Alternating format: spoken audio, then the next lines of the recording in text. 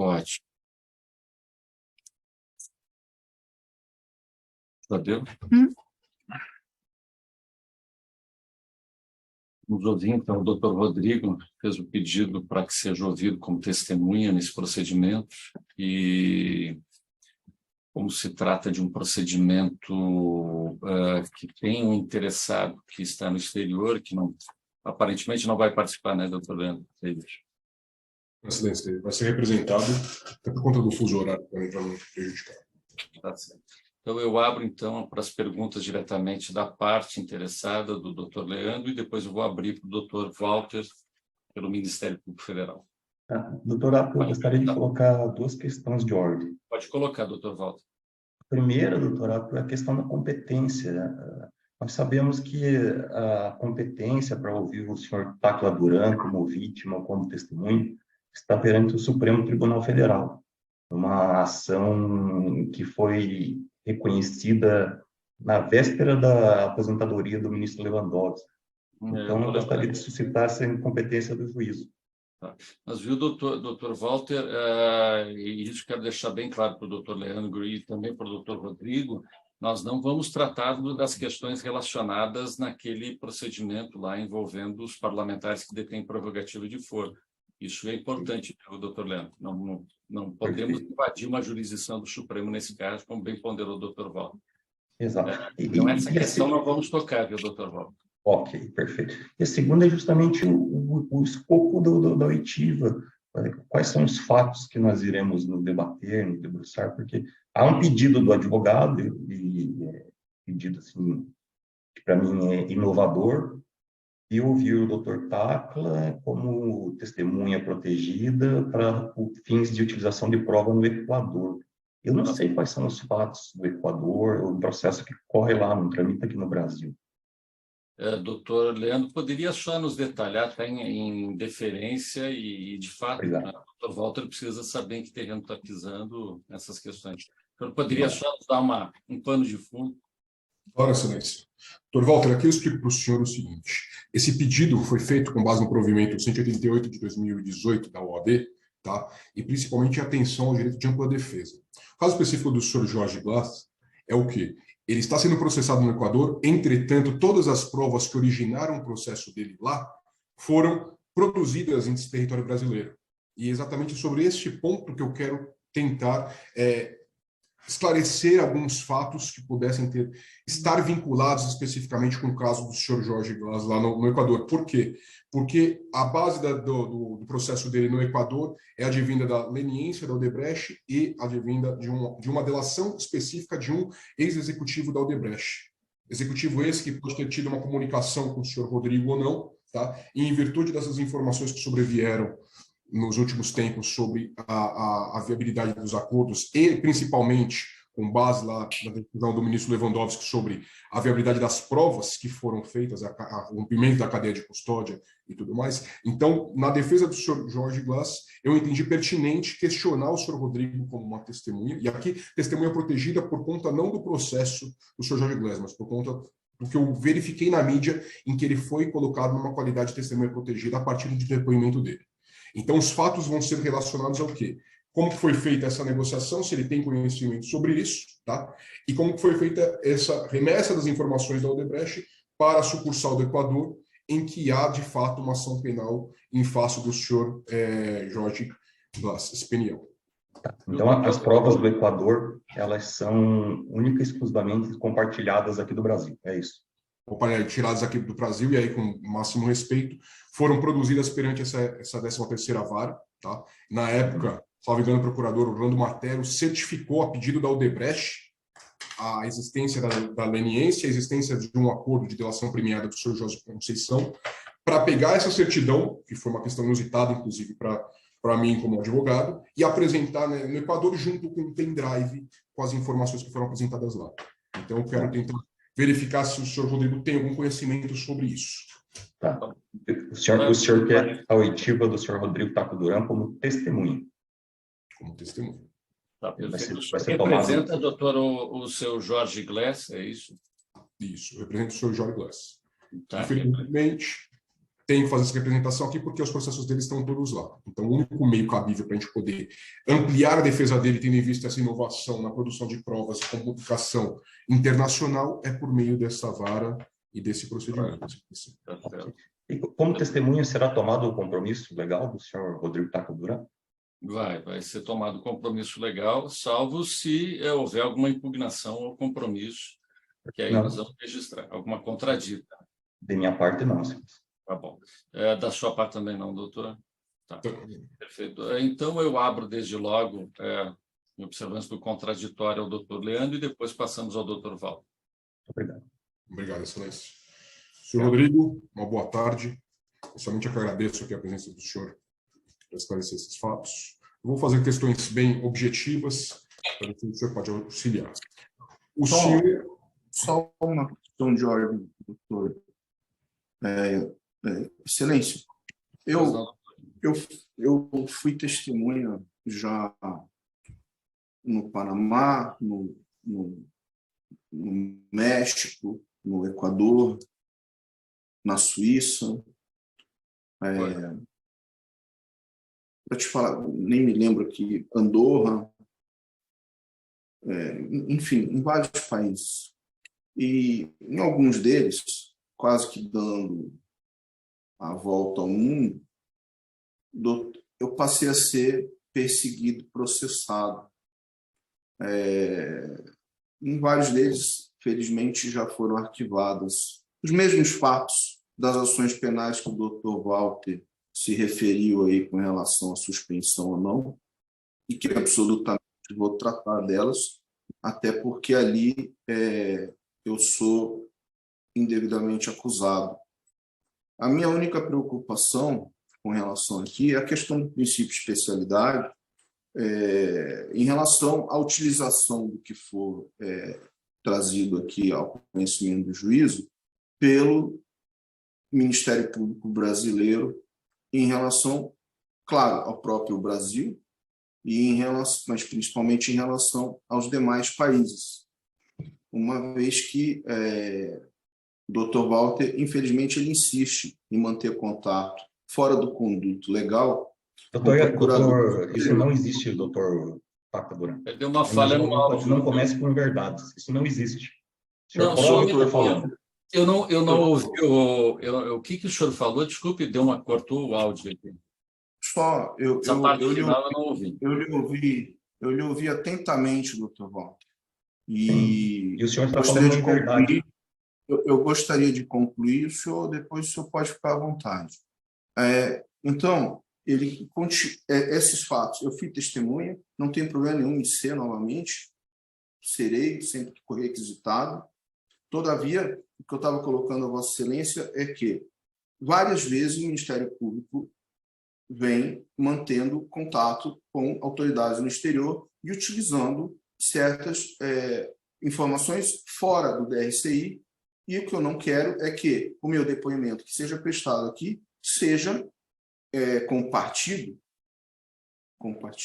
com outras jurisdições, e tampouco que possa ser viabilizado para ser utilizado contra a minha pessoa no Brasil.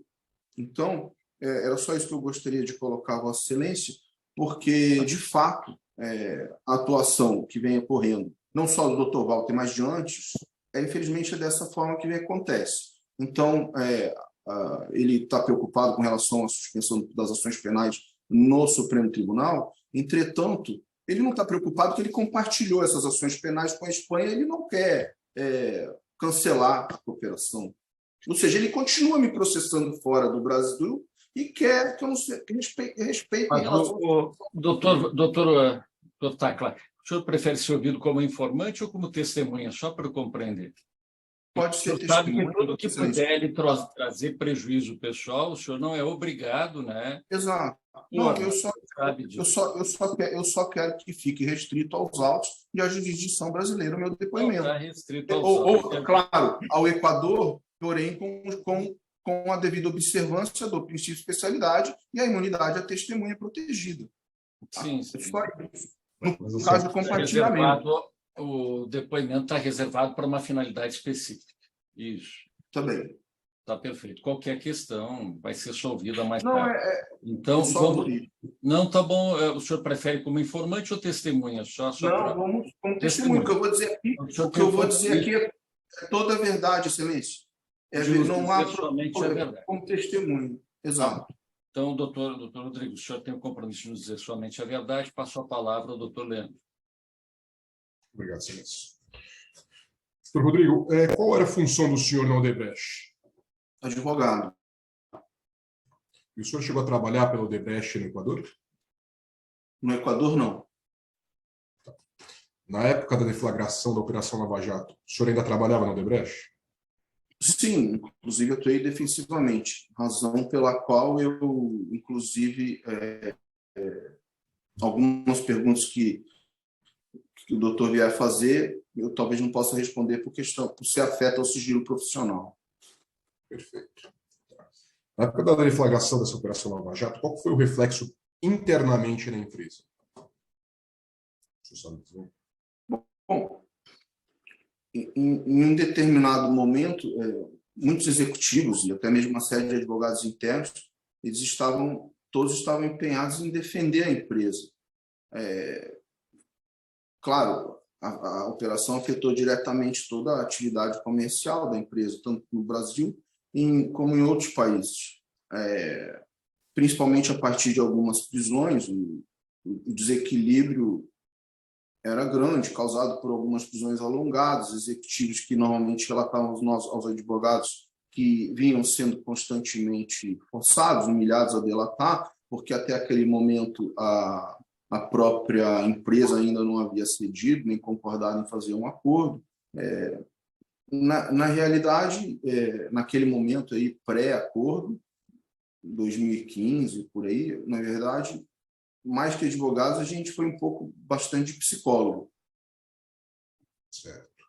E nesse período ali de 2015, pré-acordo, o senhor tem conhecimento sobre como funcionou a negociação desses acordos celebrados pela companhia, pelos executivos, especialmente do senhor José Conceição Santos Filhos, aqui no Brasil e lá no Equador? Eu questiono isso no tocante às condições apresentadas, o modo de celebração que foi feito, existência ou não da espontaneidade, da voluntariedade da celebração desse acordo. O senhor pode esclarecer para nós sobre isso? Bom, com relação às tratativas do acordo da companhia, vamos dizer assim, no período prévio à assinatura do acordo, que eu ainda me encontrava na empresa. O que eu posso dizer é que muitos, como eu disse, muitos executivos já vinham sofrendo represália, essa coisa dos que estavam presos, e alguns com medo de ser presos, e era uma situação bem complicada. Eu mesmo fui intimidado por procuradores quando eu fui tentar abrir um diálogo para a possibilidade de realizar algum acordo individual de alguns executivos, porque naquele momento havia um certo conflito interno, a empresa não queria fazer, alguns já com medo, etc. Muitos deles sem crime, alguns não tinham que delatar, na verdade. E eram forçados para não ser presos, etc. Entretanto, o que eu posso dizer assim, é o caso, por exemplo, do seu próprio Conceição, aí, que o doutor perguntou. Ele era um executivo da empresa no Equador, e que, ante a ausência de elementos suficientes para celebrar um acordo, ele passou a montar, a forjar prova para poder oferecer elementos aos procuradores para que se justificasse um acordo. E no Brasil, não no Equador, porque a ideia era, naquele momento, eles ainda eram executivos expatriados, então havia um receio maior ainda, naquele momento, deles serem presos no exterior em virtude das notícias e das informações que já corriam no Brasil da celebração do acordo, enfim, em trâmite do acordo. Então, eles tinham muito medo, e com razão. Passaram a preparar essas coisas, muitas vezes unilateralmente, até muitas vezes sem conhecimento da empresa, o que depois isso acabou sendo, na verdade, eu vi agora, em vários processos, agora não, ao longo dos anos, na verdade, isso acabou sendo reaproveitado em diversos casos pela Força Tarefa para para celebrar o acordo. Depois, havia esse conflito interno, alguns tinham muito medo, receio de fazer o acordo, perder emprego, enfim, e a empresa precisava resolver e acabou fazendo acordo. Muitos dos delatores foram indenizados. A mim mesmo foi oferecido um valor para que eu entrasse como aderente e na realidade a força-tarefa não queria que eu entrasse, porque já havia, por conta do que havia ocorrido antes, e eu fiquei, e também quando eles vieram, quando a Odebrecht me ofereceu, eu também não aceitei. Então, em Curitiba, Doutor, tem que tá delatar. cortando, se o senhor puder repetir, por favor. Desculpa, qual? Desculpa, a Última última frase. frase, ela cortou, se o senhor puder repetir. Não vai ficar gravado no áudio. Eu disse que essa era a regra do jogo naquele momento em Curitiba. Tem que delatar quem e o que era exigido, senão quem estava preso não tinha liberdade e quem não estava preso era intimidado, coagido intensamente para fazer o acordo. Foi nesse cenário que eu, quando me procuraram para aderente, nem aceitei, tampouco poderia aceitar, por conta do que já havia ocorrido antes, que eu havia procurado o advogado correspondente do meu escritório, que era o Carlos Coloto, já é de conhecimento público, do próprio juízo, e que passou a solicitar dinheiro para poder fazer um acordo com esses procuradores de Curitiba, na época, para eu não ser mais perseguido. E ocorre que, diante de tantas retaliações sofridas, que eu sofri por não ceder a essa extorsão que eu já comentei, eu tentei mais uma vez me aproximar dos procuradores de Curitiba, e em junho de 2016 eu procurei o Dr. Marlos Arnes de Oliveira, por indicação do Wu Yusheng, do chinês. Ele também morava próximo na época de mim, e, enfim, estava vivendo uma situação bem mais tranquila que a minha, embora ele apareça na narrativa das denúncias, inclusive das minhas, e de uma série de pessoas. Ele deve aparecer em quase todas, mas ele nunca foi processado em Curitiba, doutor Apio. O senhor Wu Yusheng, ele nunca foi processado em Curitiba. Ele é chinês? O que ele é de nacionalidade? Ele é chinês com nacionalidade, brasileiro por naturalização. E, enfim, ele dá o suporte para todas as denúncias, do Departamento de Operações Estruturadas, porém ele nunca foi processado em Curitiba. E ele, enfim, falou para mim: olha, eu recomendo o Marlos, e me relatou a alta taxa de sucesso da celebração de acordos com a Força Tarefa de Lava Jato em Curitiba. E eu me lembro bem que, por conta que ele usou inclusive essa expressão, porque o Dr. Marlos fazia parte da panela dos advogados amigos dos procuradores, e como no caso do Dr. Antônio Augusto Figueiredo Bastos, e que o Dr. Augusto liderava um esquema de taxa de proteção que era cobrado, e era cobrado do doleiro conhecido Dario Messi, do Cabala, Vinícius Claret e outros doleiros, desde o caso Banestado. Doutor, eu estou com receio que a gente eventualmente ingresse dentro daquelas questões relacionadas à jurisdição do Supremo, só. Fico um pouco de receio. Não. Tá bom.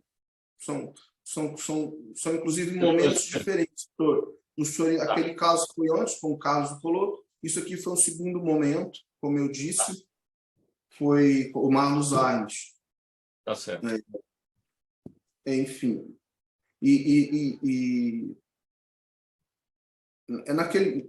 Naquele momento que ele me recomendou o Marlos, me fazia muito sentido, porque e me comentou a questão do Antônio Augusto Figueiredo Bastos, porque na Odebrecht, já vários advogados, na época, a gente estudava o caso, a própria origem, e a gente sabia que o Figueiredo Bastos estava por detrás da operação, reutilizando, reciclando, com caneta emprestada, a delação de um ganso. Aqui todo mundo é operador de direito, a gente sabe o que é ganso. Um ganso profissional de estimação do então titular aí da vara, e desde diversos processos passados, no caso do Alberto Youssef. E, ao mesmo tempo, o doutor Figueiredo Bastos, ele intermediava e coordenava de maneira oculta a delação da UTC, o senhor Ricardo Pessoa, que era sócio de fato e de direito do senhor Alberto Youssef. E daí é mais ou menos a gênese da operação. E aí, para me terminar de me convencer a contratar o seu Marlos, o Vu ainda me relatou que ele também participou das operações de pagamento dessa taxa de proteção, pagas pelo Dario Messer, pelo Jucabalo, Claret, ao Antônio Figueiredo Bastos, seu sócio Luiz Gustavo Rodrigues Flores, e depois o Vu pagou $500 mil para o próprio Marlos Arres de Oliveira, para não ser processado em Curitiba. E, de fato, como eu disse, ele nunca foi processado em Curitiba, embora é narrativa constante. E ele me falava isso com muita tranquilidade naquela ocasião. Enfim, ele pagou esses $500 mil, pagou parte por dentro, parte por fora, pelo Banco Paulista, para o seu Marlos, e, enfim, ele comentou que era parte do esquema de proteção, que já vinha desde o Figueiredo, com o Figueiredo Bastos, com o seu sócio, o Luiz Gustavo, e que essa proteção aos doleiros do Dario Messer, Vinícius, ele próprio Vu, vinha desde o Banestado, que era por conta da atuação do então procurador Carlos Fernando Santos Lima e o pai dele, e o pai dele. E essa proteção ela era praticada mediante a cobrança de uma taxa para que o Dr. Carlos Fernando não se comprometesse a não persecução penal desses doleiros que participavam da mesada, entre eles o Vu. E ele passou a ajudar a pagar esse valor todo mês, por muito tempo, e ele de fato só ficou um pouco... Depois disso, ele me comentou que ele ficou um pouco, se sentiu traído, porque ele acabou sendo denunciado no Rio de Janeiro. Inclusive, uma denúncia na Câmara de Desliga, uma denúncia que, inclusive, ela tem aí uma análise esquisita, estranha, mais de proteção do que de acusação. Enfim, não pretendo entrar no mérito.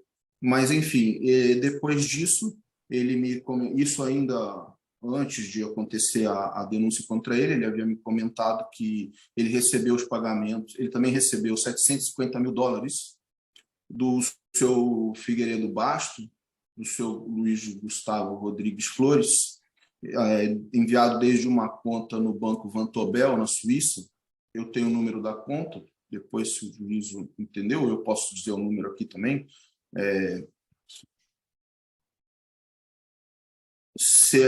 O IBAN CH 55 08 75 70 00 01 10 21 29 1. Banco Vontobel, titular offshore Big Pluto Universal SA, do próprio Figueiredo Bastos e do sócio. Esse valor saiu, então, dessa conta na Suíça. Para quem mesmo? Para o sócio dele? Não, essa conta, a Big Pluto era dos dois, né? Do Luiz Gustavo e do Figueiredo Bastos. O nome dessa Big Pluto Universal com essa conta. Essa conta enviou $750 mil para o Vu e o Sheng. A empresa dele chamava-se Ultra Sky Corporation Limited, com conta no Hang Seng Bank de Hong Kong, e a conta do Vu era a número 408-045-883. E o VU, esses 750 mil dólares que o VU recebeu nessa conta, ele entregou em espécie nos endereços dos escritórios do doutor Figueiredo Basto, do doutor Carlos Ucoloto, Luiz Augusto Flores, e os escritórios dos quais esses valores se destinavam ao doutor Carlos Fernando Santos Lima e o pai dele, e que rotineiramente frequentavam esses escritórios. Então, assim, todo o ambiente que o senhor me perguntou, doutor Leandro, era esse ambiente. Quem pagava a proteção não era nem denunciado. Quem não pagava era arregado para delatar. Se não delatasse, não saía da cadeia, ou então era ameaçado de ir para a cadeia. Essa proteção era comercialmente tão oferecida por essas pessoas que não é só esse exemplo do VU não ter sido processado em Curitiba. Existe, por exemplo, outro exemplo disso, é a empresa Percons S.A., envolvida, não sei se é o caso ou não, porém notícias que dão que ela era envolvida na questão das máfias dos pardais. Essa empresa, ela ou era cliente do Carlos Ucoloto. E ela foi delatada pelo Adir Assad no termo 36 do acordo de delação premiada dele, homologado pela 13ª Vara, devido à lavagem de dinheiro no importe de 12 milhões, aproximadamente, para compra de nota fria, geração de recurso em espécie. Entretanto, ela também nunca foi denunciada por procuradores da Força-Tarefa, enquanto Força-Tarefa Lava Jato, que eram relacionados com o caso do Ucoloto. Então, esse ambiente, doutor Leandro, que foi feito o acordo que o senhor me perguntou.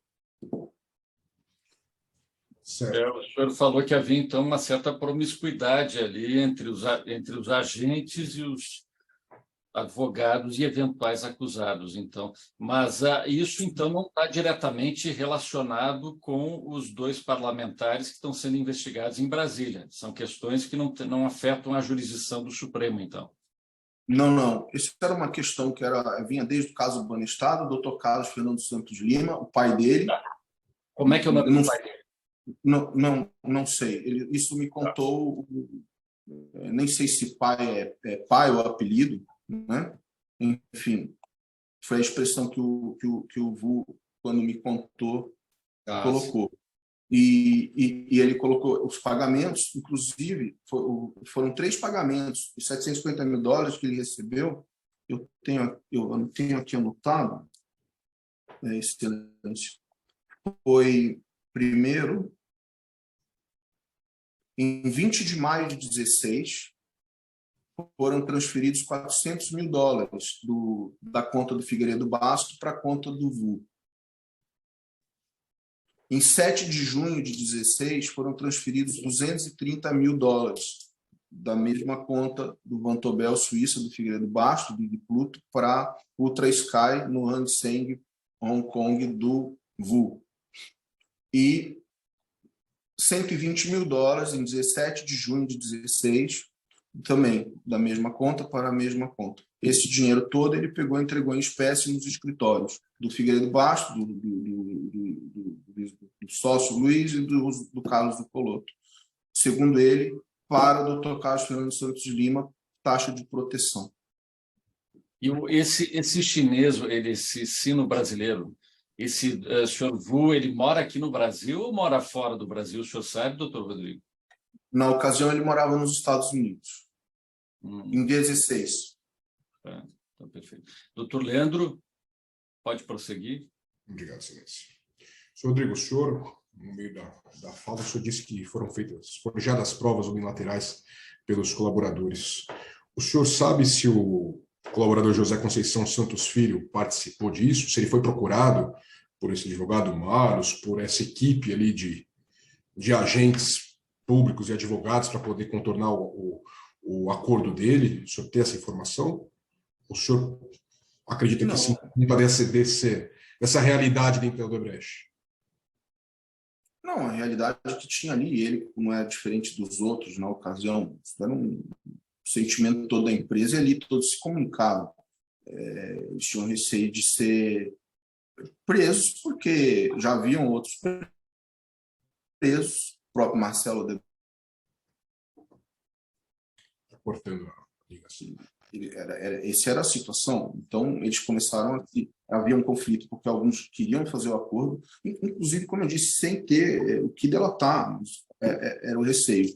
Era o medo de ser preso, e eles queriam delatar qualquer coisa e criar elementos para que fosse aceito. Então, inclusive, o alto número de delatores, se as pessoas se aterem a comparar os documentos que constam de inquéritos, por exemplo, extratos bancários do banco que foi comprado por executivos aí que delataram, existem extratos bancários num inquérito que, se o doutor cruzar com outro inquérito, o senhor vai ver que o movimento que consta de uma suposta conta do Odebrecht num inquérito, com a mesma data, não consta em outro extrato. Se cruzarem os inquéritos, vai ver que o extrato é fraudado. Não tem de grande perícia. As provas utilizadas nos autos se autocontradizem. São falsas. Tem casos, inclusive, já foram arquivados, e outros não, inclusive, não, talvez não lembro, não acompanhando o caso, que eu estou me recordando, nitidamente do prefeito Eduardo Paes, do deputado federal, então, do Pedro Paulo, havia um extrato que se conflitava diretamente com a denúncia se não me engano, com a denúncia contra o ex-presidente Michel Temer. Então, eram situações que ocorreram por conta desses desesperos. Inclusive, eram documentos, esses extratos, não eram de acesso, por exemplo, da pessoa do senhor José Conceição, perdão, nem de outros. De repente, aparece aí distribuído como dividido, né? Cada um pega aí 3 folhinhas para fazer um acordo, para não ficar estranho. Exatamente, esse é um ponto que eu ia questionar. Se você tem conhecimento como foi gerado esses documentos, essas planilhas, cópias do sistema, se a empresa fornecia para os delatores que forneciam para a empresa, o senhor sabe dizer alguma coisa sobre isso? A empresa não tinha acesso ao sistema. Quem tinha acesso ao sistema eram determinados executivos. Por conta disso, só esses executivos podiam ter acesso a esses documentos. Então, como é que você tem, que eram aí, nós estamos falando aí de no máximo 3, 4 pessoas, como é que 77 tinha extrato da conta da empresa offshore na mão? Ou quem pode... É muito infantil achar que a empresa saía dividindo diariamente extrato de conta reservada, que nem eu conhecia, que nem o Marcelo Odebrecht conhecia, na mão de 70 pessoas. Isso absolutamente não existiu. Isso existiu no mundo da delação de Curitiba. Exigido. Porque se a pessoa não levasse isso em mãos, não era aceito como aderente. Certo. Tem um fato curioso no caso do senhor Jorge Glass, é que a sucursal da Odebrecht, lá no Equador, no momento que ela assina a colaboração naquele país, ela condiciona que todas as provas que seriam apresentadas lá no Equador seriam exclusivamente oriundas das informações negociadas e prestadas no Brasil. Ou seja, teve uma centralização ali, como se fosse um núcleo de provas brasileiro, feito aqui pelo Brasil, Ministério Público aqui de Curitiba, como se fosse um núcleo de distribuição de informações para outros países. Tá? E aí vem a minha pergunta sobre isso. O senhor sabe por que da preocupação de uma sucursal da Odebrecht, nesse caso específico lá do Equador, vincular toda a produção de provas dos supostos ilícitos que aconteceram lá, especificamente do conteúdo produzido no Brasil? O senhor sabe por que isso aconteceria? Isso não aconteceu apenas no Equador. Isso foi uma estratégia da empresa para proteger os expatriados.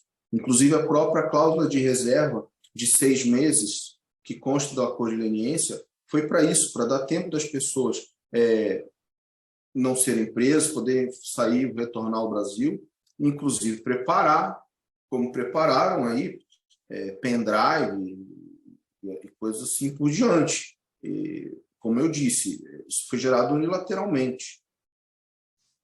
Tá certo? A companhia não tinha acesso ao sistema. Isso foi solicitado para determinadas pessoas, que eu vou reservar o direito de sigilo profissional, não vou declinar o nome.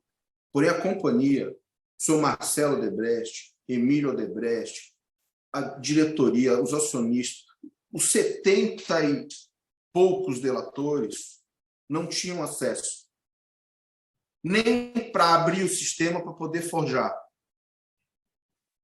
Então, isso teve que ser viabilizado. Porém, o sistema já havia sido manipulado. O senhor sabe por quem manipulado, doutor Rodrigo? Sim, por um técnico que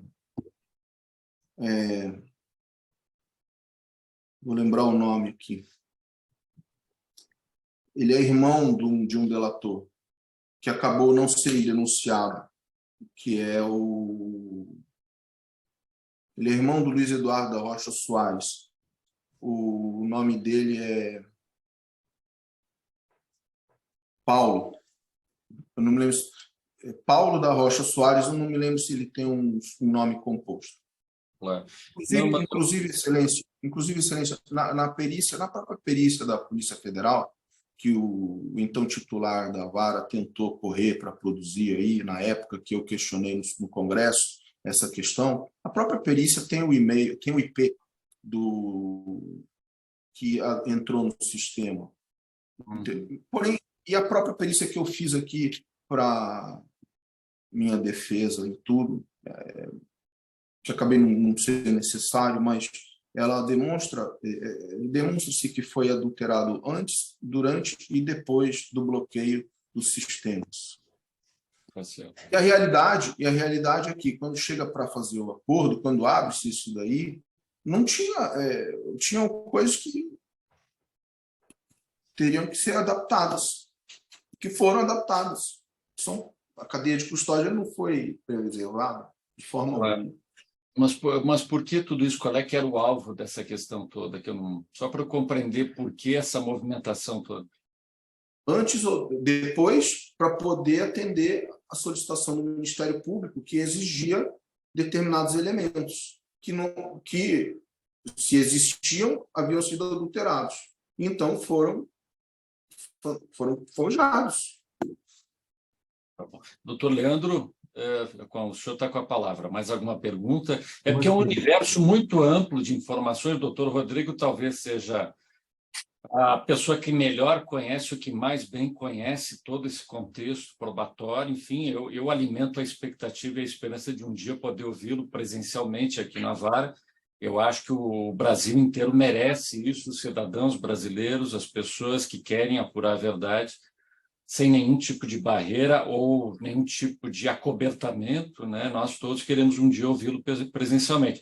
Mas eu sei que o universo é muito amplo, eu gostaria de ficar um pouco adstrito hoje às perguntas do doutor Leandro mesmo, né? Porque o foco e o escopo é esse. Eu pessoalmente, até não sabia exatamente do escopo e estou acompanhando também o desenrolar aí do depoimento. Doutor Leandro, com a palavra.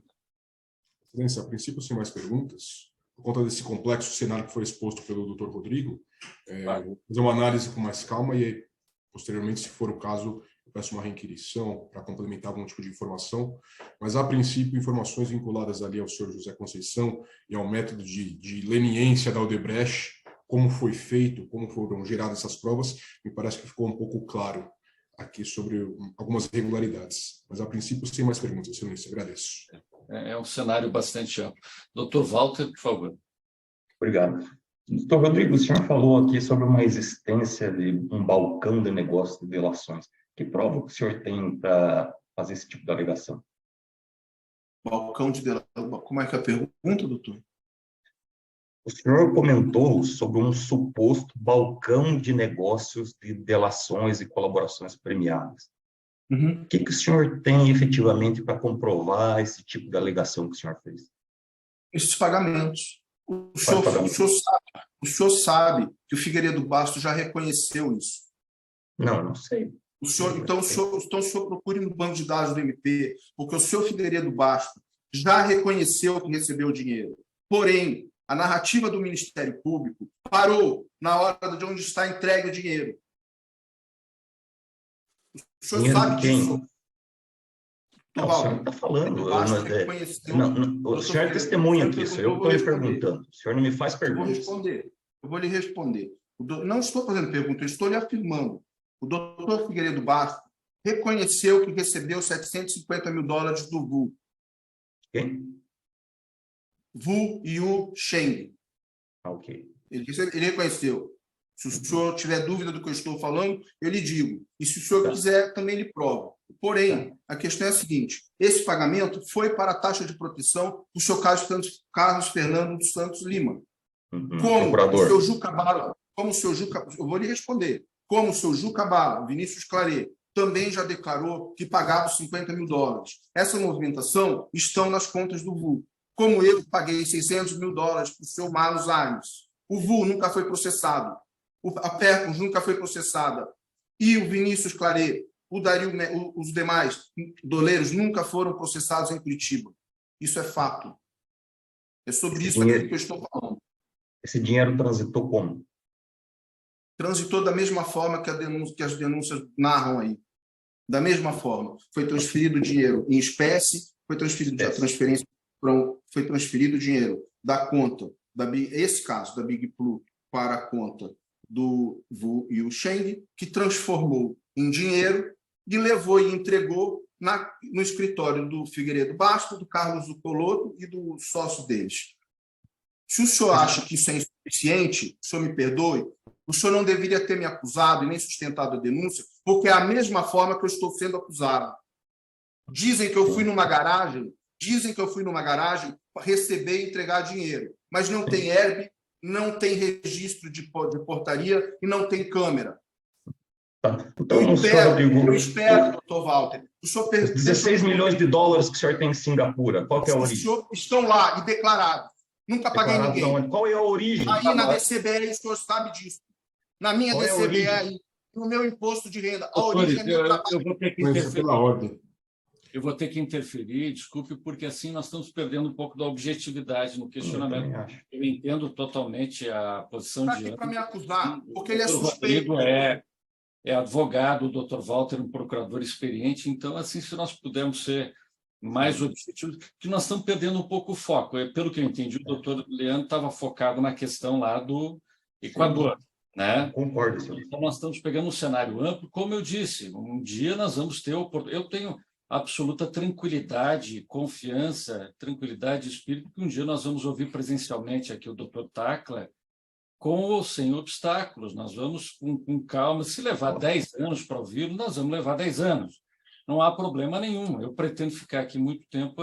Um dia nós vamos ouvir presencialmente o doutor Tacla aqui e vamos ter a oportunidade de apurar tudo isso. Se quiserem, evidentemente que nós podemos, né, encaminhar tudo isso para a Polícia Federal em Brasília no dia de hoje, e amanhã nós vamos ter, provavelmente, o encaminhamento dessas questões. Mas essa é uma opção dos senhores, né? Iniciar uma nova apuração sobre o que está acontecendo sem antes nós termos o trânsito normal da apuração em Brasília hoje, que está no Supremo. Não, mas olha, então vamos acalmar os ânimos. Eu fiz uma questão objetiva, doutor Rodrigo. Como o senhor sabe, o senhor disse dinheiro em espécie, o senhor presenciou essa negociação? Por quê? Alguém presenciou que eu estive na garagem da UTC? A pergunta é a mesma, doutor. A pergunta é a mesma. A pergunta que o senhor tinha que estar fazendo para mim, o senhor deveria fazer na minha denúncia, para si mesmo. O senhor está distorcendo. O senhor não quer esclarecer nada, doutor Rodrigo. O senhor não quer esclarecer nada. Voltando um pouco, doutor Rodrigo e doutor Walter, e pelo que eu pude compreender, o doutor Rodrigo, viu, o doutor Walter, já respondeu que o VU esse contou para ele não presenciou. E que eu entendi na primeira fala dele. que o chinês contou para ele como se deu a transação, e ele passou já os dados da conta bancária. Enfim, isso pode ter um aprofundamento de investigação que não compete a mim, pelo contrário, até quanto menos eu interferir, tanto melhor, para depois, se tiver que julgar. Eu acho que, pelo desenhar, pelo andar da carroça, vai ser uma investigação muito ampla e vai pegar todo mundo, né? E vai ter que haver explicação de todo mundo nessa questão. Então, mas isso eu me parece que está fugindo do escopo hoje da nossa audiência. Não está fugindo não, Excelência, porque aí o senhor até respondeu bem, que para mim não tinha ficado claro, de ouvir dizer. Não foi, ele não presenciou. Do senhor Vu, esse que... Isso. Foi o que eu entendi, que o senhor Vu contou para ele que esses valores foram entregues em espécie. Eu faço uma pergunta para o doutor Rodrigo. Complementando a resposta. Doutor Walter, só complementando. Além de eu ouvir dizer do Vu, e